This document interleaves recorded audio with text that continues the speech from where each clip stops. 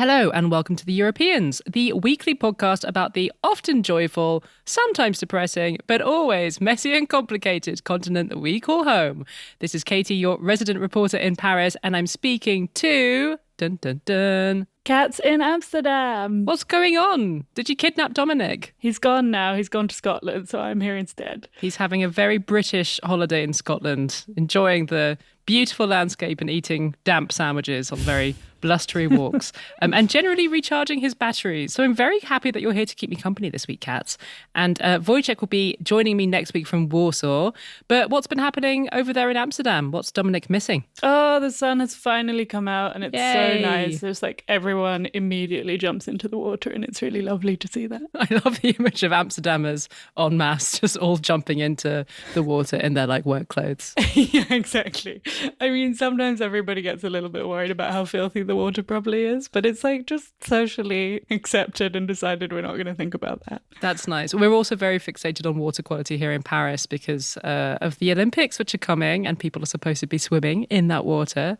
So we'll see how that goes. Watch this space. Yay! How's it been going in Paris? Not much has been happening, to be honest. I've mostly been very fixated on the roadworks that have been happening on my corner. They've been pouring new, is it called asphalt? You know, that kind of liquid cement that makes the road? Oh, yeah. With the like rocks in it. Yeah. So they've been doing that. And there's a very satisfying machine that they've been rolling over this new road surface to make it nice and smooth. Oh, to like squash it. Yeah, to kind of squash it and smooth it all out. So I've been enjoying watching that, but even more than enjoying watching the roadworks, I've been enjoying watching the men who've been gathering to watch this machine at work. And it's only men. So like the women of my neighborhood seem to be too busy with their actual lives to stop and watch this machine. But the machine seems to turn men of all ages into little boys. And it doesn't matter if they're like late for work or to pick up the kids or whatever. They have been stopping and watching the machine. And it's really wonderful. And I was talking to a friend about this and she said, oh, did you know there is a word for this in Italian for men that stop and watch roadworks? No way. Yes way. The word is umarell. I think it's like a dialect word from Bologna. Okay. And I think it's supposed to refer more specifically to old men looking at roadworks, and usually old men who give unsolicited advice to the workers about how to do their jobs. Katy, are you one of them? I think I'm one of them. I've become an umarell. But I just love that this word exists, and it made me wonder what people's favourite words in their own languages are that should exist in other languages but don't. That is incredible. And a really good example, like sometimes people in Holland love to say that gezellig doesn't exist. And I was like, come on, it's basically cozy. But this is like very particular and we definitely do not have a word for it. I love it. Very, very particular. I would love to hear your favourite words that exist in your languages that should exist in all languages. Send them in. hello@europeanspodcast.com. Apparently there's a word in Norway for a large pile of small rocks. A large pile of small rocks. This is something I learned in a bar once. Please tell me if it's true. Damn, this feels like something we should have asked this week's guest. So who are we talking to later? Yeah, so coming up in a bit, we have an interview with one of the co-hosts of a fascinating podcast in which a Swede, a Norwegian and a Dane all talk to each other in their own languages. It's described as Scandinavian family therapy. I love this idea and I was so intrigued to hear how it works in practice. So stay tuned for that excellent interview coming up with Hilde Sandvik.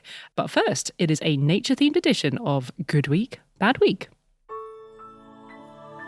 Good week, bad week.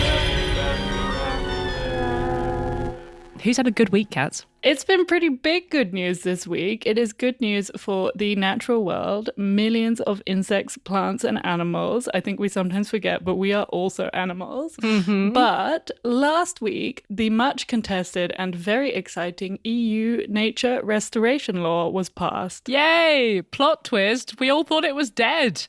Before we get into this, can you give us a reminder, what actually is this law? What does it involve us doing? Yeah, you've probably seen the name of this law pass by in the news, but to give you a bit more detail, it's this EU law that requires all member states to restore 20% of their natural areas by 2030, so that's land and sea, and to restore all ecosystems by 2050, which is pretty significant because 80% of European natural landscapes are in poor condition.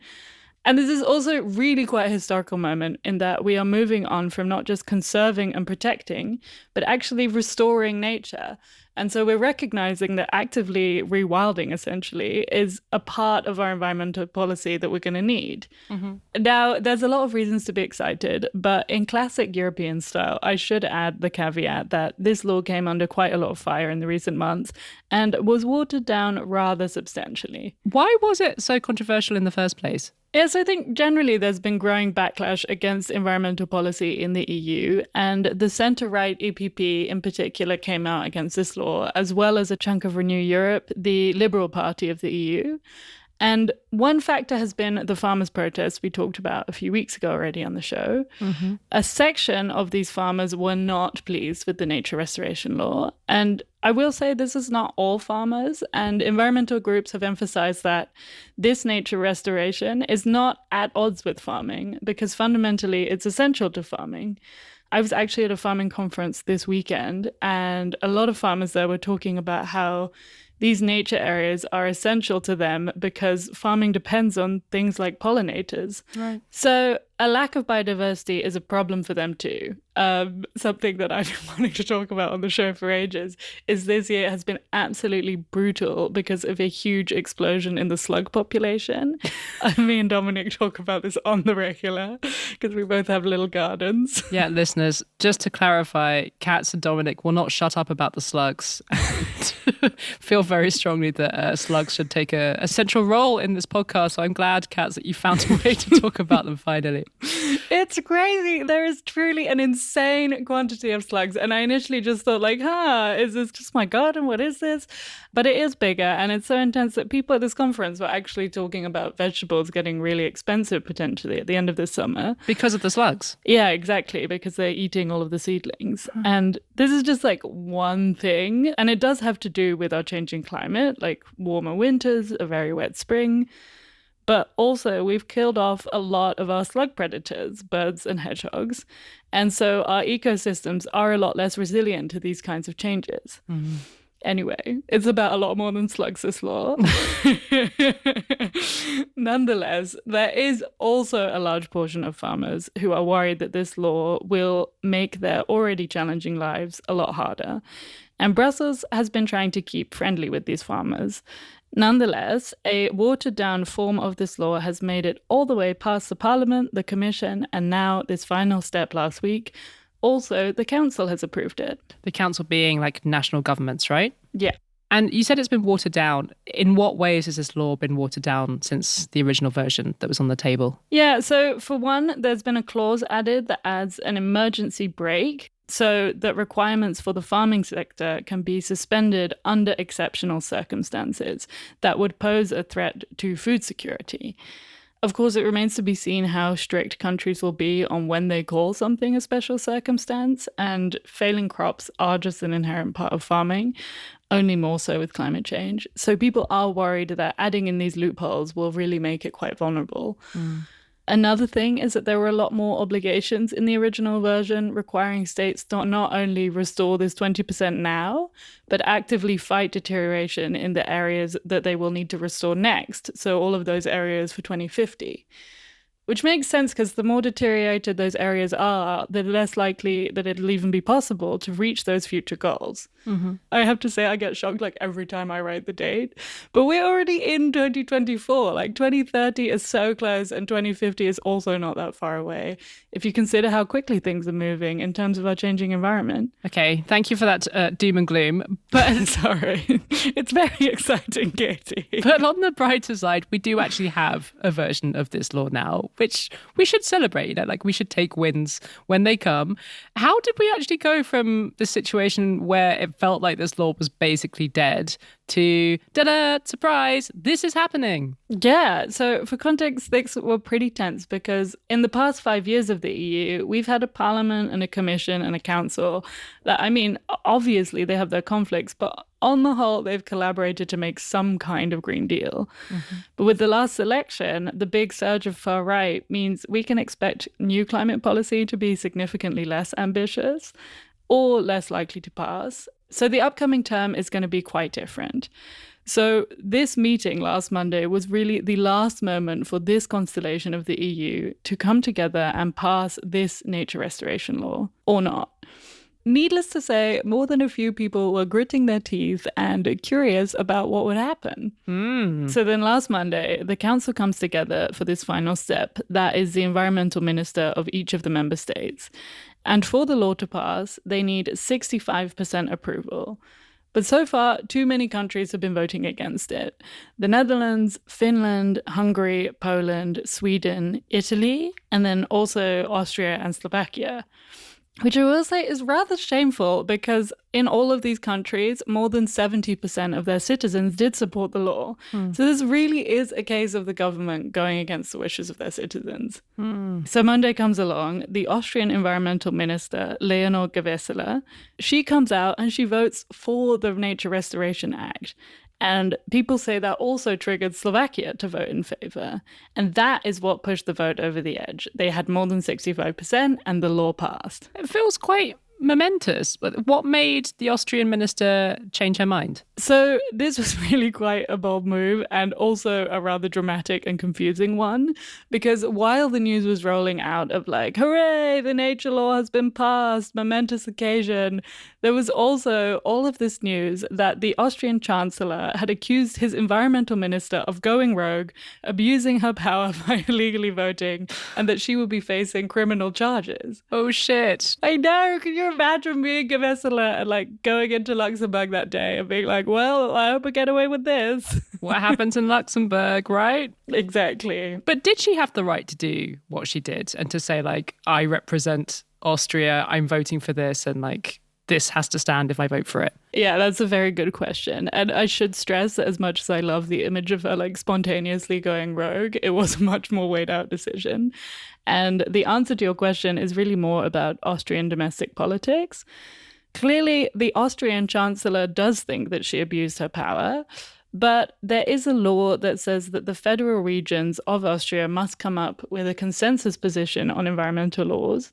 And if they can't, then it's up to the federal minister, which is Gewessler, to make a decision. Up until right before the vote, all of the Austrian federal regions were in a consensus against the nature restoration law. But last minute, Vienna changes their mind. And Gewessler argues that means that she is allowed to vote as she did. All right, because all of the regions are now in disagreement. So it's her job to step in and say, I'm going to make a position for all of us. That's what she says. But obviously, the Chancellor does not agree. She also says that a few weeks earlier, the centre-right agricultural minister did exactly the same, striking down a policy that she asked him not to. But I couldn't find any reporting on whether that was the same legal situation. And well, who is right? That'll be argued out in the Austrian courts. But in the meantime, the EU has decided that the vote holds and we are keeping the nature restoration law. Has the Austrian environment minister surfaced since she did this rogue move? Have we heard from her since? She's put out a bunch of like thank you videos for all of her support on Instagram and on Twitter. And generally, she seems pretty cool about it. And she continues to say that she's had plenty of legal advice. She's not breaking the law and she's not worried about criminal charges. She did also put out a statement saying, in 20 or 30 years, when I talk to my two nieces and show them the beauty of our country and of this continent, and they ask me, what did you do when everything was at stake? I want to be able to tell them I tried to support as much as I could. That's very sweet. Yeah, and it does give me goosebumps also to realize that like this kind of dramatic telenovela level we are reaching as we continue to postpone adequate action in the face of this huge climate crisis. Like this is the point we've reached.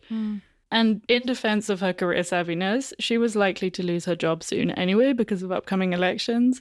And some say this move is actually an excellent election campaign because she is a candidate in the next ones. And she's a Green politician, right? So this is really going to boost her credentials. Exactly. So for anyone who is thinking, yes, please do take bolder steps, this is a pretty good campaign start.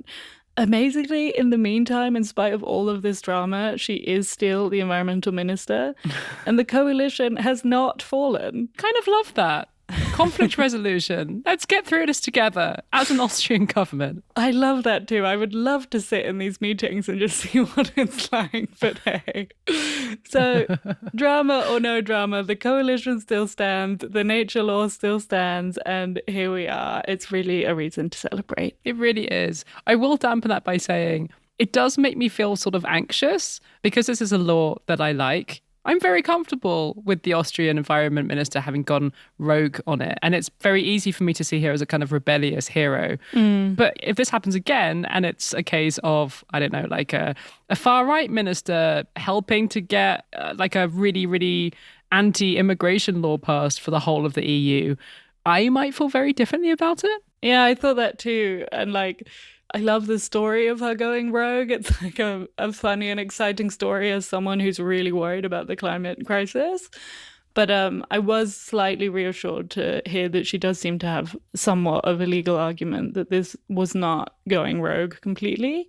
And I do hope that that remains true as this court case unfolds, because it is a bit scary for democracy if we're just on the loose. Maybe Austria will change its rules after this. We shall see. Who has had a bad week? I am giving bad week to pigeons. How do you feel about pigeons? I mostly spell the word pigeon wrong all the time. I just really think it should have a D in it. It is spelt wrong in English, I agree. Other than that, my feelings are mixed. I don't know, I have a sort of weird affection for them. They're not very beloved, but they are sort of greedy but harmless, so I feel a real affinity for them.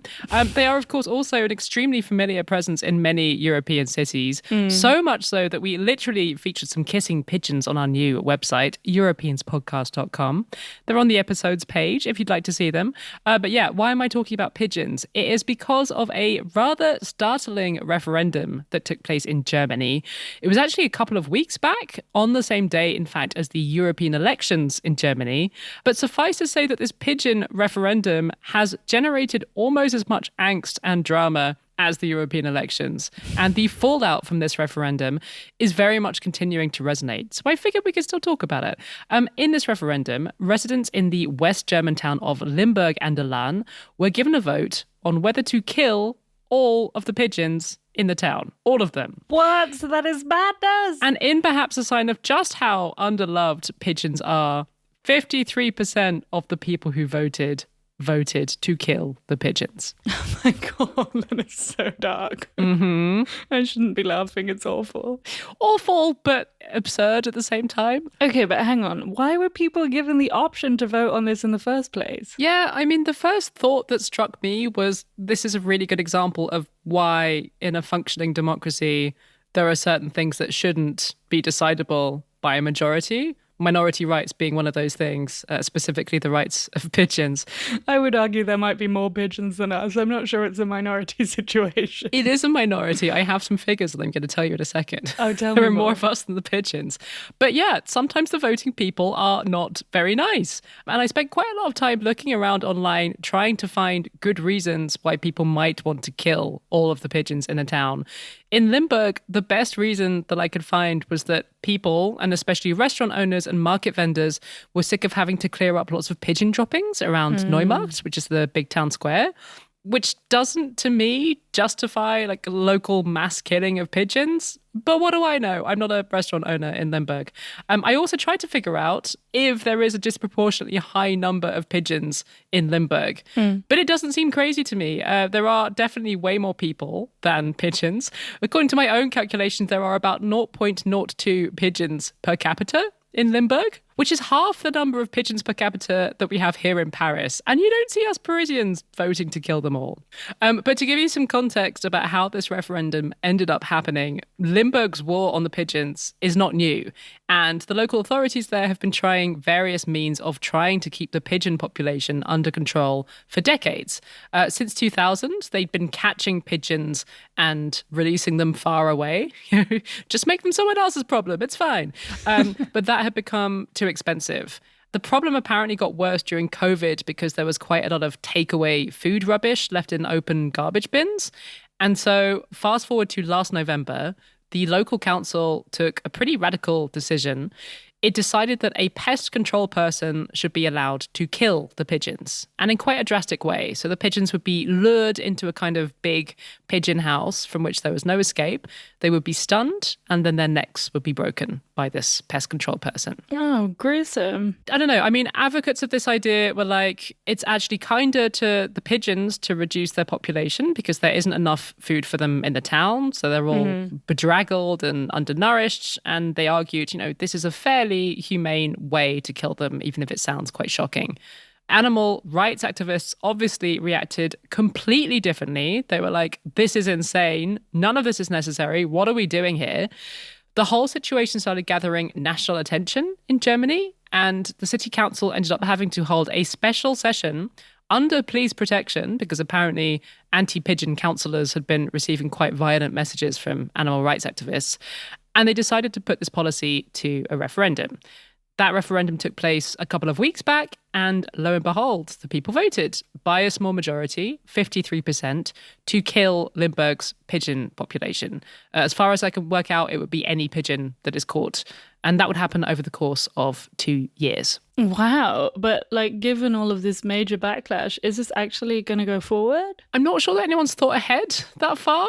I mean, the mayor has said that this decision is binding and that, for people to have faith in democracy, it has to go forward. But as of last Thursday, the town officials were still trying to decide whether to actually go ahead with this, according to an interview that a spokesman for the town, Johannes Laubach, gave to the Associated Press.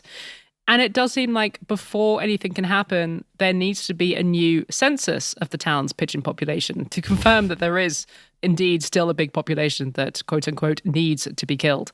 At the last count, there were 700. Presumably, if that has gone down massively, the town would rethink the policy. It's also quite arbitrary, no? Yes, this number means we do need to kill them all. Well, exactly. This town isn't sealed off, and I always think if we could easily reduce pigeons' population, then we would have. Is this actually going to work? Can you kill off all the pigeons in your town? This is the thing. I haven't been able to find an expert who said, oh yeah, this is a really good solution that's going to work. I actually spoke on Background with a European bird expert who told me, quote, it's quite clear that culling is at best a short-term solution and at worst a waste of money. They said, pigeons breed very fast, so if they have food, they will build back their population basically as fast as the killing effort. I was actually reading in Euronews that there was an attempted cull of pigeons in Basel in Switzerland between 1961 and 1985, so quite a long period of time. The city killed around 100,000 pigeons a year during this time. Oh my God. And get this, the population remained stable during that time. Incredible. The pigeons fight back. The pigeons fight back. Then, interestingly, in Basel, they changed the policy. They started focusing a lot more on pushing a public education campaign of please don't feed the pigeons, as well as taking the pigeons' eggs away when they found them. Wait, does that mean people not throwing bags of seed, or does that mean not leaving food around? Probably both, I would guess. But lo and behold, after 4 years, the population of pigeons had fallen 50%, which is pretty impressive. Longer term, though, from what I've read, this model of pigeon control, which is called the Basel model, hasn't been that successful. And actually, there are a bunch of different cities around Europe trying out different methods to reduce their pigeon populations, none of which seems to be working perfectly. So in the UK, there are some cities that have brought in birds of prey to hunt the pigeons, which is maybe a more kind of natural, pro-biodiversity solution. What kind of birds hunt the pigeons? Hawks, I believe, like peregrine falcons and Harris hawks. But it does mean that there are pigeon carcasses scattered around the place, which isn't very nice. Several German cities, including Frankfurt, are using something called the Augsburg model, which is where you catch pigeons in dove houses and nurse them back to health if necessary. You also feed them with proper bird food rather than kebabs and French fries. But you replace any eggs that you find with fake ones. So the mama pigeons continue to sit on these eggs, but they never hatch, thereby reducing the population. That sounds a lot nicer, but from what I've read, it also seems to have had only limited success so far. And then you've got a bunch of fake pigeon eggs lying around. Yeah, exactly. So the jury's still out on how to actually reduce a pigeon population in a way that is both humane and effective. But the experts are pretty much in agreement that this cull in Limburg is not going to work. Okay, so it's just purposeless violence. Purposeless violence. A nice title for this week's podcast episode. As ridiculous as this sounds, it's also incredibly cruel. Like, is there actually any kind of serious harm that pigeons are causing to our lives? Not really. I mean, they can carry diseases like other birds, mites and that kind of thing. The main complaint against them, though, seems to be that their droppings cause damage to buildings. I had 2 summers where pigeons nested on my balcony, and it was like absolutely wild. I think the whole summer long I didn't sleep for like more than 4 hours a night because they were just cooing all the time, and the quantity of droppings they produced was insane. But oh, really? Still, I mean, this level of murder, I think even in my like crazy sleep deprived state at that time, I wouldn't have gone to such lengths. I mean, the good news for the pigeons of Limburg is that several German animal rights organizations have said that they will launch legal action against the town council if they actually go ahead with this. There was actually a legal report commissioned a few years ago by animal welfare officers in Berlin that suggested that legally, if something like this went to court, it might actually be found that the state has a duty to care for pigeons. Because I don't know how widely known this is, but pigeons were originally domesticated animals. So the fact that they exist as like a massive undernourished population in the wild, it's kind of our fault as humans. Of course, because they were like our post service. Exactly, yeah. Very clever animals. We've stayed so much nicer to horses than pigeons. Right? Anyway, it's still very much up in the air, if you'll excuse the bird pun, what's actually going to happen to these pigeons. I do think the likelihood of this cull happening has been reduced by the fact that there has been a national outcry in Germany over this, and actually even an international outcry. This story made it onto the Late Show in the US this week. Hey, Germany. You okay? But watch this space. We'll bring you important pigeon updates as they land. Yes, please. Just to make things even more depressing after talking about mass pigeon killings, I was listening to a very good interview on the podcast search engine the other day about just how important it is that we support small independent media projects that are doing good work if we enjoy living in a democracy and we want to stay living in a democracy. It sounds a bit melodramatic, but it's really true. You know, our media system is broken, and the kind of journalism that is important really doesn't get the funding that it needs to do a good job, which is where we come in and where you come in. If you care about journalism that treats Europe as a single space and makes it feel accessible and even enjoyable, we would love it if you could send a little bit of cash our way so that we can keep doing what we're doing.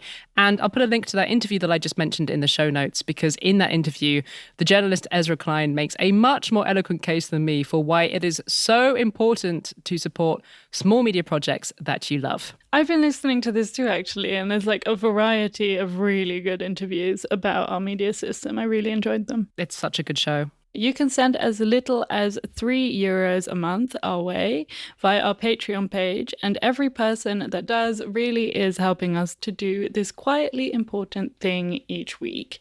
And with that in mind, we would like to thank our latest supporters, Kai, Maya, Yasna, and Bernd.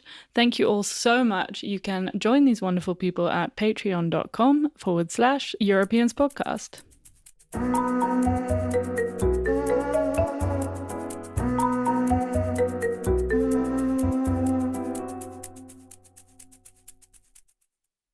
It's interview time. Katy, who did you talk to this week? So we are speaking to a very interesting person that our producer, Wojciech, met at a journalism conference in Bergen in Norway very recently. That person is the Norwegian journalist Hilde Sandvik. And as soon as we heard about her podcast, we were like, we have to speak to Hilde on the show and hear more about this because it is fascinating. You know, people often ask us, how do you guys at the Europeans make a podcast about a continent that speaks so many different languages? And the answer is that we make this podcast in English, which for better or worse has become the main working language for Europeans trying to communicate with each other. On Hilde's podcast, which she co-hosts with Åsa Lindeborg from Sweden and Hassan Pressler from Denmark, these three Scandinavians speak their own languages, Norwegian, Swedish, and Danish, with each other. And that does not stop them from having great conversations about all kinds of things. I loved this idea for a podcast, and so I was very happy to join Wojciech and Hilde to hear all about it.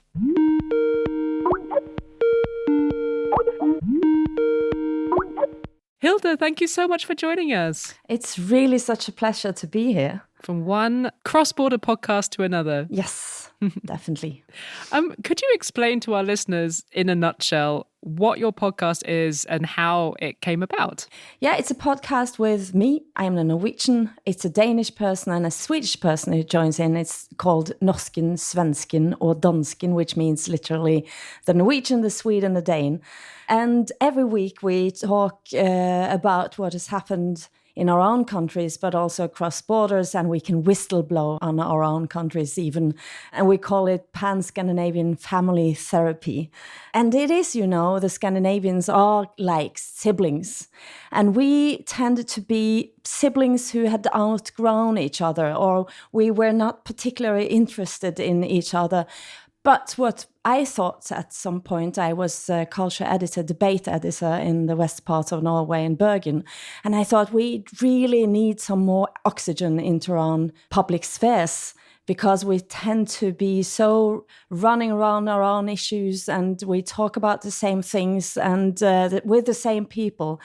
And then it was like, when you go to a funeral and then you meet relatives, you haven't spoken to them for a while, and you think, they're quite interesting. Let's get to know each other again. And that was the sense, putting siblings together in a room who hadn't been talking so much with each other for a long while. And then magic happened. And just to clarify, you all speak your own languages, right? Yeah, we do. I speak Norwegian. The Swedish person, she used to be culture editor in Aftonbladet in Sweden. And the Dane, he is a director, actor, writer, and he speaks Danish. So I'm wondering how central to the whole idea is this multilingual aspect. Do you think people will listen if you spoke English? To be honest, no, I don't think so. And that's very interesting. One of the few times we actually get criticized for the language is when one of us use English, because people don't want that. It's like you look upon you as a kind of a vulgar person using English all the time. There was a woman that she was stalking me whenever I used an English phrase. Sometimes we try to explain to each other because we can bump into some words or phrases that are really so unfamiliar, you don't really understand what's going on, and then we switch to English. But then listeners don't like that. And I also think it's about identity, actually, because when I speak English, I get to be some other kind of person, another kind of personality. So it's also connected to that, I think. How mutually intelligible are the three languages? I mean, I asked a Norwegian friend about this podcast and she said, it's so interesting, but how the hell the other two understand the Danish person was her question.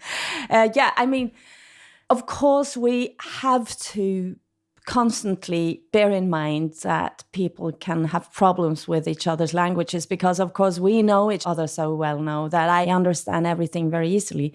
But we need to slow down from time to time. And there are also words in Danish which means total opposites in Norwegian, for instance. And there are Swedish words which, when you use it, you can immediately jump into some very big and insulting misunderstandings.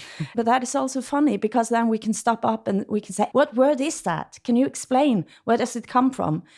So that's also the part of getting to know each other very closely, I would say. And that was my aim, actually, why this came about.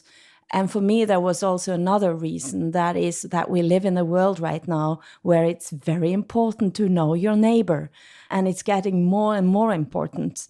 So then we also need to understand each other's languages. Mm. And in terms of content, do you cover mostly issues related to Scandinavia, or is the scope more general? We start with the Scandinavian public sphere, I would say. So that means that when we also discuss the war in Ukraine, Israel, Gaza, American election, then we focus on how do we talk about these matters in Norway. Why is it that the war in Gaza is slightly differently described in Denmark and Norway, for instance?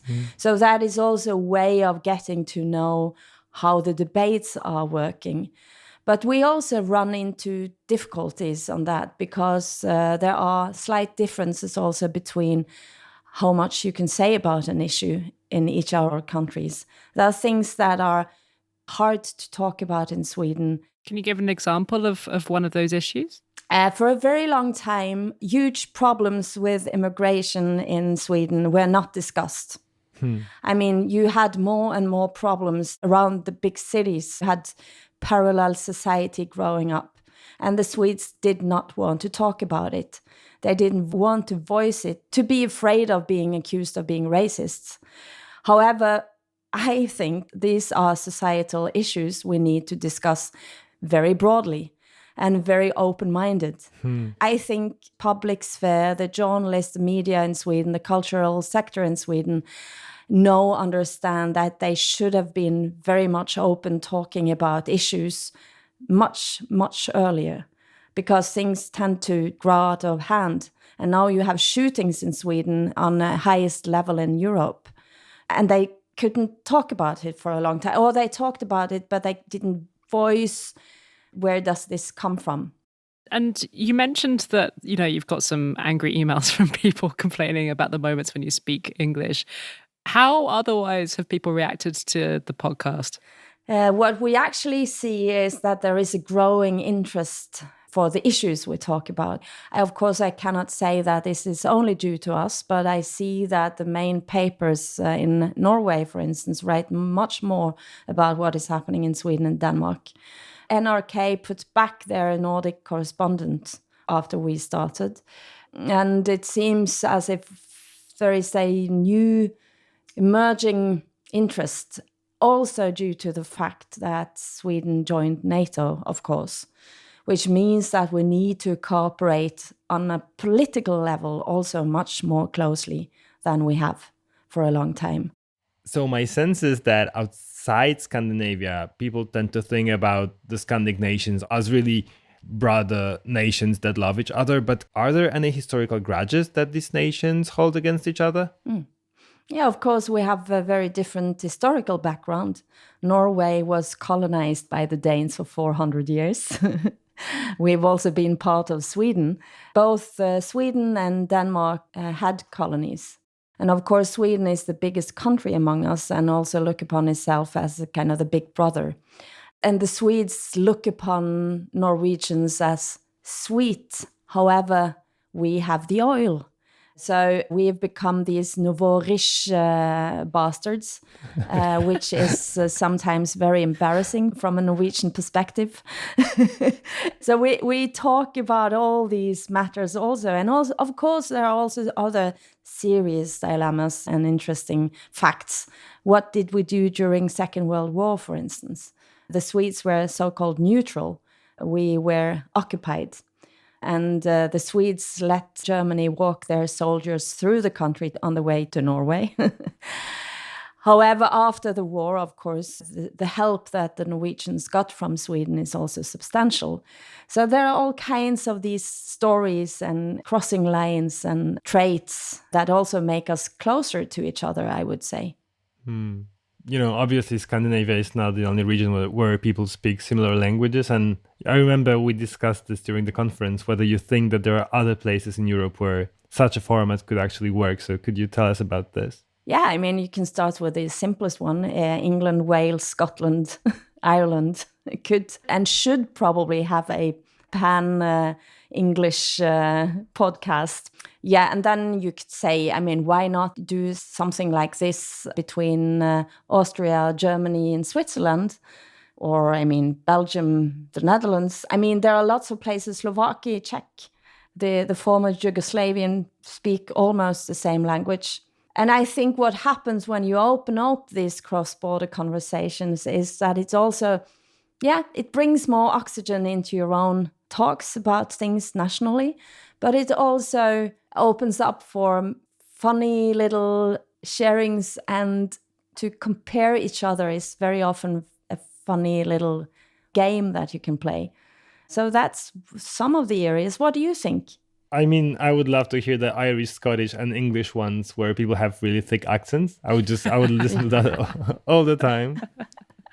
It's crazy that hasn't happened already, actually. It's a great idea for a podcast between the four nations of the UK. Yes. Maybe I'll make this happen. Yeah. Let's make a spin-off. Yeah. We can put it into a format and spread it. Great business idea.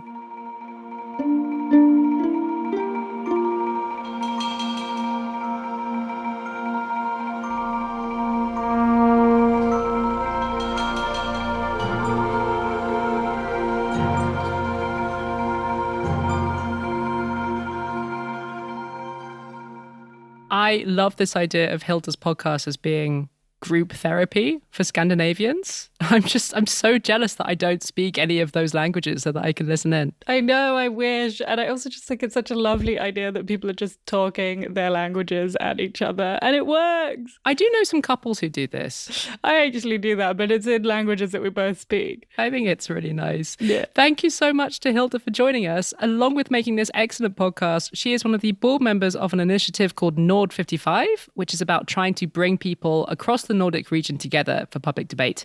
We will put a link for that in the show notes. And it goes without saying that if you are lucky enough to be a speaker of Swedish, Norwegian, and or Danish, you will, of course, find a link to Hilda's podcast in the show notes too.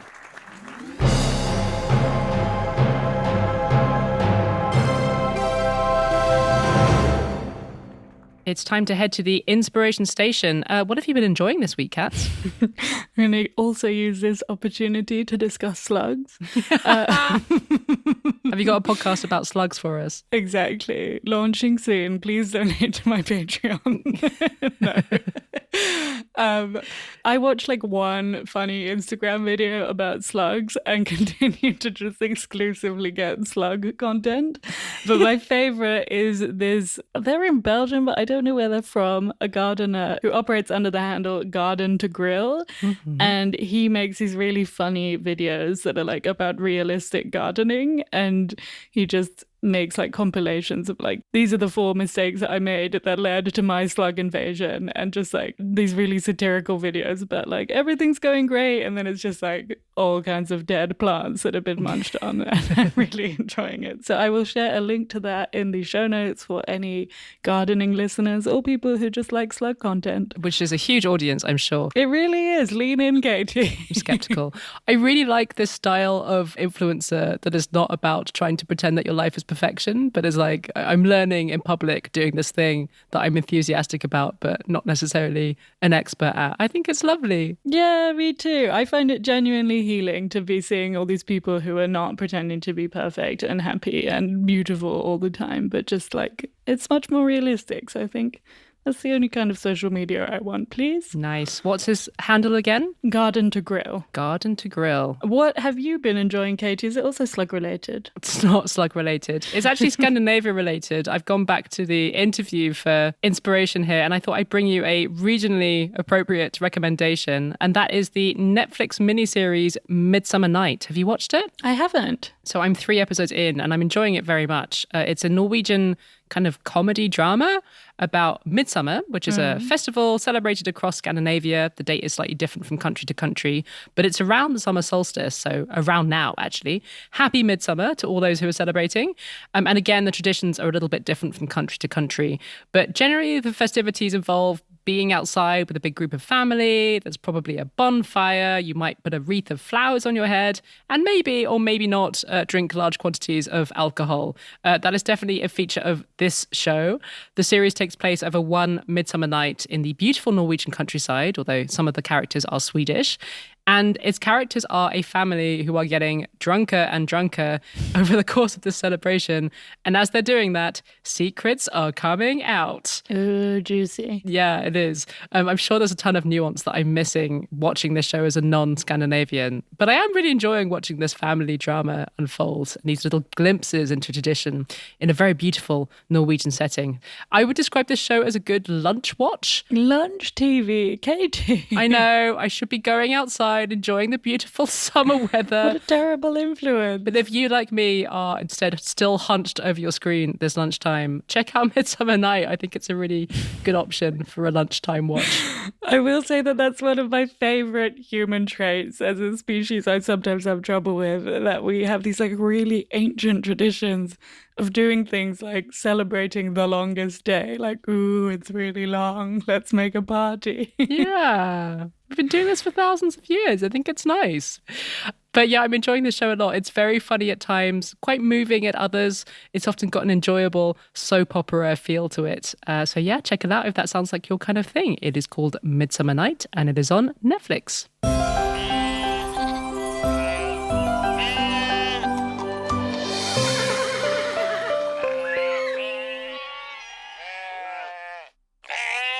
happy ending time. Are you taking Dominic's job of giving us a happy ending this week, Katz? I am, to fill in the impossibly large shoes of Dominic. I am going to close off this nature-themed episode to share that one of the oldest penguins in the world, Windy, the 30-year-old great-great-great-grandma penguin and resident of an English zoo, has hatched an egg with what the internet are calling her toy boy lover. Yes! Who is a sprightly 26 years her junior. Oh, love this. Go Windy. This is her lover's first egg. In a statement from the zoo, the senior bird keeper, Dan Trevelyan, says, Windy was paired up with male penguin Jet for a long time, and they produced more than 20 chicks together.